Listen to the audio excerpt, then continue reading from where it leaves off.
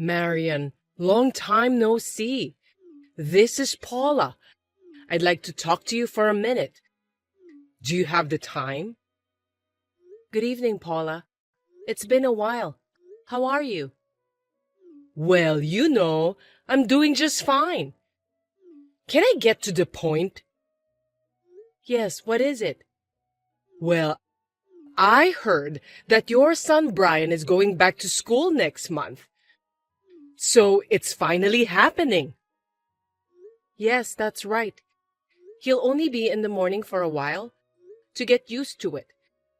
It will be a little while before he can go to school all day. We are all very relieved. Above all, Brian is looking forward to it the most. I'm really happy for him.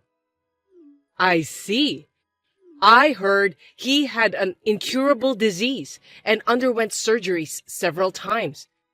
I didn't expect it to take 5 years. Yes, you're right. It was tough, but Brian really did his best. But still, 5 years is a lot for a kid. Everyone has forgotten about him, you know that? If he's looking forward to it, he'll be disappointed, so you need to give him a reality check as soon as possible. I recall that he only made it to the middle of the first grade. He didn't go to school that often. I don't think most of the other kids in his class remember him. It can't be helped. All of them are elementary school students. But I'm sure some of them still remember Brian. I believe that he will be able to enjoy going to school again. I don't think so. His classmates won't remember him. It's been 5 years, and they have all grown up. I'm sure they look different from back then. He may be treated like a transfer student. Well, that's probably true. But the kids were in the same class with him for the past 5 years. They came to visit Brian at the hospital. Some of them even sent us letters and cards. So I don't think that all of them have forgotten about him. Huh? Is that so? I've never met them. You never come to visit him at the hospital, Paula. No wonder you've never met them. All of them visited Brian at least once every 6 months or so. I don't think there's that much of a problem about the way they look. Most of the kids are really sweet. Brian was also put in a 6th grade class with a lot of kids who were in the same class as him during the 1st grade. I think he would be able to get along with them. I'm really grateful to the teachers for their support. Are you trying to tell me that I'm not nice since I didn't visit Brian at the hospital even once? You can't force someone to pay a visit. You shouldn't insult me for that. Please don't get me wrong. I didn't intend to insult you. I don't think I can trust you. Well, a weak and fragile little boy like Brian won't be able to keep up with his classmates in playing games outside and so on. It's only a matter of time before he isolates himself in class. Listen, Paula, it's true that my son was sick and spent most of his time in the hospital. But it's not right for you, his grandmother, to talk about him in such a discriminatory way. Oops, my bad. I didn't mean it that way. Are you sure about that? I think you're being a bit too harsh ever since we started our conversation. But it's true that Brian can't keep up with the stamina of the other healthy kids, right? I don't think there's any place for him at school when he comes back. Well, I think the physical aspect will be hard for a while. I'm going to take my time until he gets used to it. And I don't think there are any kids who would ostracize him just because of that. I've met almost all of his classmates, and I don't think there are any kids who would leave him out of the group. You can't guarantee that anyway. Besides, it's hard for Brian to catch up for his study, isn't it? After all, his academic-related knowledge has stopped at the 1st grade level. It must be hard for him to keep up with the 6th grade subjects all of a sudden. Oh, I'm not so worried about his academic level. Even when he is in the hospital, when he is feeling well, he was willing to study. He got all the necessary handouts from his teachers. We taught him what we could, and there are even kids who help him study while I'm visiting him. I'm really grateful for all the help Brian has received from his friends. I'll have to thank them again when Brian gets out of the hospital. I see. I'm sure that you'll include me in the list of people you want to thank, won't you? What? Why should I do that? Because I'm Brian's grandmother. It's strange to thank a stranger but not a blood relative. But you never come to visit Brian. It's been so long since the last time you contacted me. You didn't seem at all concerned about my son. Shut up! Are you telling me that you're against me, your mother-in-law? I didn't mean to. Then you must thank me for my kindness. You got that? Hey, Marian. You're going on a trip when Brian gets out of the hospital, right? Yes, that's right. He's been coping so hard at the hospital for so long, so when he gets out, I'm planning to take him wherever he wants to go. I've been thinking about it since a long time ago. It's a trip to a place we can get to pretty soon, but... A place that's easy to get to? Yes, he had always wanted to go to the Disney World while he was in the hospital. I had never been there before. I thought we could go there since it was close by. So I'm thinking of taking him there as his reward. Oh, really? You're taking Brian to Disney World? But he only goes to school for half a day, right? It seems that he's just skipping school. I think you're being too lenient just because he's sick. No way. I wouldn't let him play all day. We'll go in the evening when we can see the parade and enjoy some rides that are not too strenuous. It's hard to buy some souvenirs in the park because of the crowds, so we'll just stick to the shops in the hotel. Stores in the hotel? Don't tell me you're staying at one of the official hotels. Yes, even though it's for Brian's health, I feel sorry for him if he could only enjoy 1 or 2 hours inside the park. If we stay at the official hotel, we can meet the characters there. We can enjoy our stay in the hotel without worries too. That's why I think it's the best solution for our trip to the Disney World this time. Wow! Do you think such luxury is allowed? Luxury? Brian has put up with it for 5 years. I've consulted with the doctors and they've given me permission for that. I didn't say that. I'm saying it's extravagant to spend so much money just for leisure. Sick people should live modestly. I beg your pardon? That's up to us, isn't it? How we spend our time as a family. I don't think you can just tell us what to do. I am your husband's mother and your son's grandmother. We are family bonded by blood. So it's only natural that you listen to me.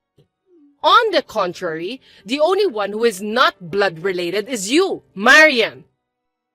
Yes, my husband and son may be related to you by blood, but you were against our marriage. You almost insulated us, and now you're calling us family? Anyway, if you have a child with an incurable disease, you'll get insurance money and benefits, won't you? That's partly our tax money. So you're just profiting from Brian's illness. Otherwise, you wouldn't be able to stay at such a fancy hotel. What are you talking about? It's not like what you thought it was. That kind of money will disappear with the cost of treatment. I don't want Brian and my husband to be in any trouble after he gets out of the hospital. While taking care of Brian, I also work part-time.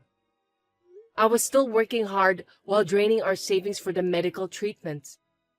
You don't know anything about it. You don't have the right to tell me what to do since you know nothing about what our family has been through until today. Besides, it's not polite to ask about money and personal matters, even between family members. Are you even aware of that? You just want to make yourself look good, don't you? It's not like that. I just want Brian to get better. I want him to go to school like what he wishes for. Going to Disney World is something I've been promising Brian since he was in the hospital. No matter what you say, we will definitely go. If you insist that much, then I have no choice. You're going there next weekend, right? I'll go with you too then. Wait a minute. Why would you do that? As a grandmother, I'm going to check on my grandson. You seem to be holding a grudge that I didn't go visit him. That's why I decided that I'm going to visit you, and you should be grateful for that. I'll call the hotel on behalf of you. Oh, I'm looking forward to it. I'll see you on the day, okay? It's such a big deal that Brian is getting out of the hospital. I'll celebrate with you too. Are you kidding me? Please don't do that. It's extremely annoying. Don't be shy. Let's celebrate with a big party together as a family. Listen to me, Paula. Please don't do that without my permission. Jeez. We won't be able to pay for your stay. Hey there, Marion. Congratulations again that Brian has been dismissed from the hospital. Are you watching the parade now? Or are you enjoying some rides? I don't have the park ticket. I went ahead to the hotel where you guys are staying. I'm having dinner right now. The food is gorgeous and delicious. The atmosphere is great too, as I expected.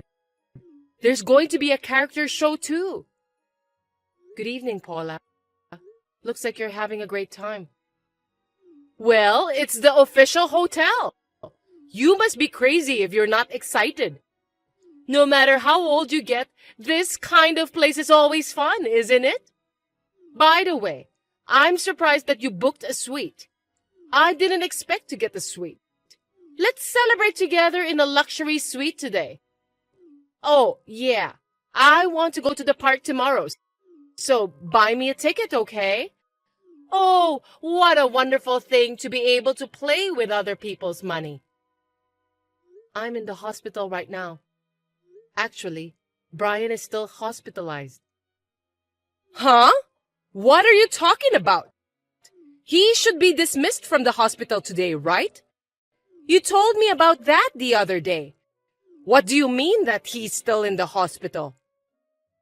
It's the day after you contacted me. Brian suddenly got a fever. We had to postpone the celebration until next month. But I mentioned your last name at the front desk, and the receptionist let me in. So that means you didn't cancel the reservation, did you? The day Brian got a fever, the hotel added one more person under my name. I got a call from them. That person hung up the phone without telling them her name, and they confirmed it with me. The hotel staff was confused. That's why I decided to give up the reservation. Oh, well, so I guess I can enjoy myself tonight. I'd appreciate that. I don't have to worry about the sick grandson anymore. Staying inside a suite is fabulous. Well then, I'll have a nice drink with room service. I'm in the mood for a party. Oh, and just to let you know, I'm not paying for any of your expenses. You will take care of everything. What? What are you talking about? I didn't even tell the hotel my name. It was your reservation to begin with. Of course you're paying for everything, right? I mean, you paid in advance, right? No, I didn't. We were planning to pay on the spot on the day of the event. I didn't pay anything at all in advance. I gave the hotel your name, also gave them your contact information. Please enjoy your stay. What? No, I can't pay. I assumed you would pay for it. I only brought about $50. Well, I'm sorry to hear that, but in the first place, I clearly said that I won't pay for you. But you still contacted the hotel. That's why I'm sure you can pay on your own. I don't have that kind of money either. I can't believe it. I have no choice. I'm going to get out of this hotel. If I'm not staying here, I don't have to pay. But you already started eating, right? Then you'll be charged for the meal. If you cancel on the same day, you'll be charged a cancellation fee. Cancellation fee? By the way, how much does it cost? I haven't checked, but isn't it 100%? I think it's the same for all hotels to cancel on the same day. If that's the case, I think it's best to pay the cancellation fee after staying at the hotel. Well, to begin with, it's your fault for insulting me, Marian. So the payment for this hotel is your responsibility. Come to the hotel tomorrow to pay it. I've never insulted you, Paula. It's true that you didn't come to visit Brian at the hospital. I had already given up on that, so I didn't want you to come. I'm sure Brian wouldn't be able to enjoy the park with an old lady he doesn't know sticking around us. Excuse me? What do you mean by the old lady? I'm talking about you. Since my husband and I got married, we've been almost completely insulated, and you've never even visited Brian often. You were mocking my son. How dare you call yourself grandmother after all these years? You called him a weak and sick boy? It's offensive, so please don't say that ever again. Me, my husband and Brian have no intention of having anything to do with you in the future. And of course, we won't pay you, so you'll have to do it yourself. Oh no! Oh, and I've told your husband about this. What? What did you tell him? If my husband finds out, he'll be furious with me. I guess so. I don't think I'll have anything to do with you from now on. I'll block your line and bid you farewell. What? Wait a minute. I don't have the money to pay. I really don't. How am I supposed to explain to my husband? I don't know. If you don't have any money, you'll just have to ask your husband to lend some money to you.